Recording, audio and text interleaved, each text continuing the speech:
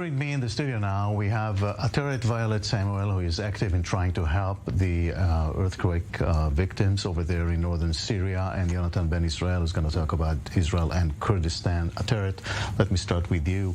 You're saying it's not only Turkey and Syria, it's actually the Kurds. Yeah, so it's the region that was affected is mainly the Kurdish region.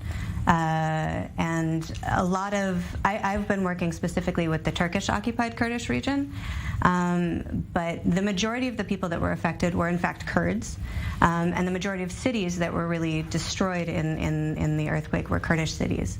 And so the death toll, I mean, we're reaching well over 40,000 so far, and the overwhelming majority of those people are in fact Kurds. Tell me about your organization. What do you do there?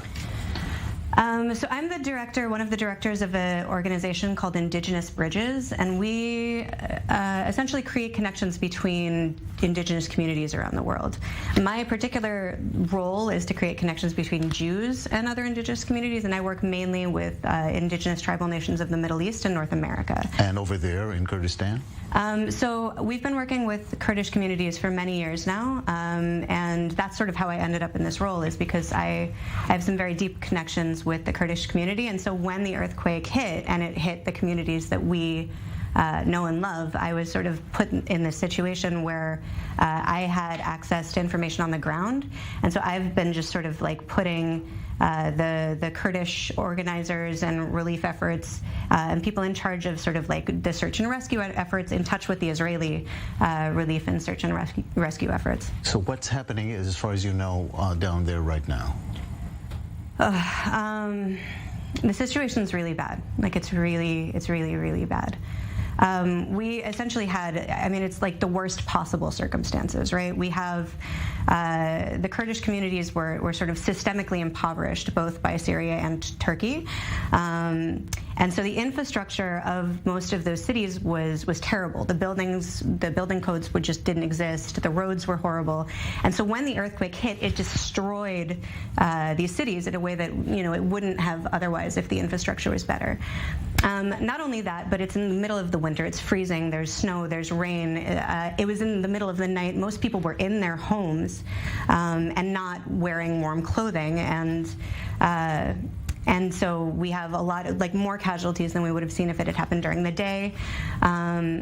Not only that, but a lot of, like, when the buildings collapsed and when the earthquakes happened, because it was multiple earthquakes, we've seen that a lot of the relief efforts were prevented from reaching a lot of the Kurdish region.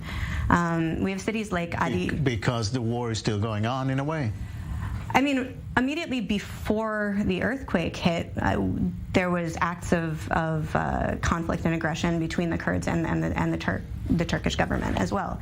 And so it seems pretty clear that the lack of relief going in may have been intentional. And to this point, there are rescue problems, there are problems with trucks trying to get in, all of that? So, I mean, most of the relief efforts were prevented from getting in I mean, the first 24 hours is critical after a disaster like this, and then the first 48 are critical, and then the first 72 are absolutely critical. And after that, it mostly goes from being a search and rescue effort to you know, just a recovery. Right. And so we have sort of seen that a lot of the energy on the ground has shifted between trying to find survivors, which there were a lot of at the beginning, right, and to just helping the wounded. Israel, there's a long history between Israel and the Kurds, obviously. What's happening now? What we're facing right now is tragical, it's horrific, and once again, it's a natural disaster. But what we really have to focus on is, our focus is to as Ms. Ateret mentioned, to assist Kurdistan, entire land of Kurdistan, with as much as humanitarian aid as possible from all around the world. Unfortunately, excuse me, sir, unfortunately, Turkey has blocked many channels to bring in humanitarian aid to Kurdistan, which is also a part of Turkey. It's very important that your viewers know that Kurdistan is divided in 4 geographical areas of Turkey, Iran, Iraq, and Syria. We're talking about 45 million people that are living in this area that are occupied by the neighbors.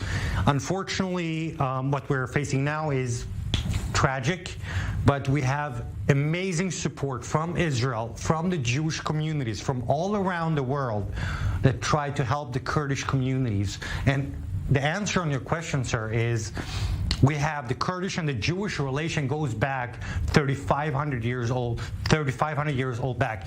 That's not relevant. We're talking about today. What's on the table now? We need to help any neighbor, regardless of their ethnicity, religious background. It's in the end of the day, we need to help our neighbors. How much of this aid is really getting there? That's the question. That's a very critical and important question, sir, and we would love to know that answer.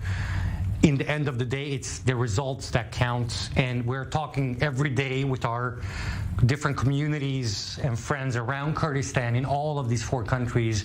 But very important to mention that the 2 areas that got struck, number 1, Turkey, and number 2, Syria. The Iranian and the Turkish part of Kurdistan didn't get affected, more or less. Anything that's remarkable, but very important, we have hundreds of thousands of people that are today suffering, and we need to get as much help as possible from around the world. Well, let's hope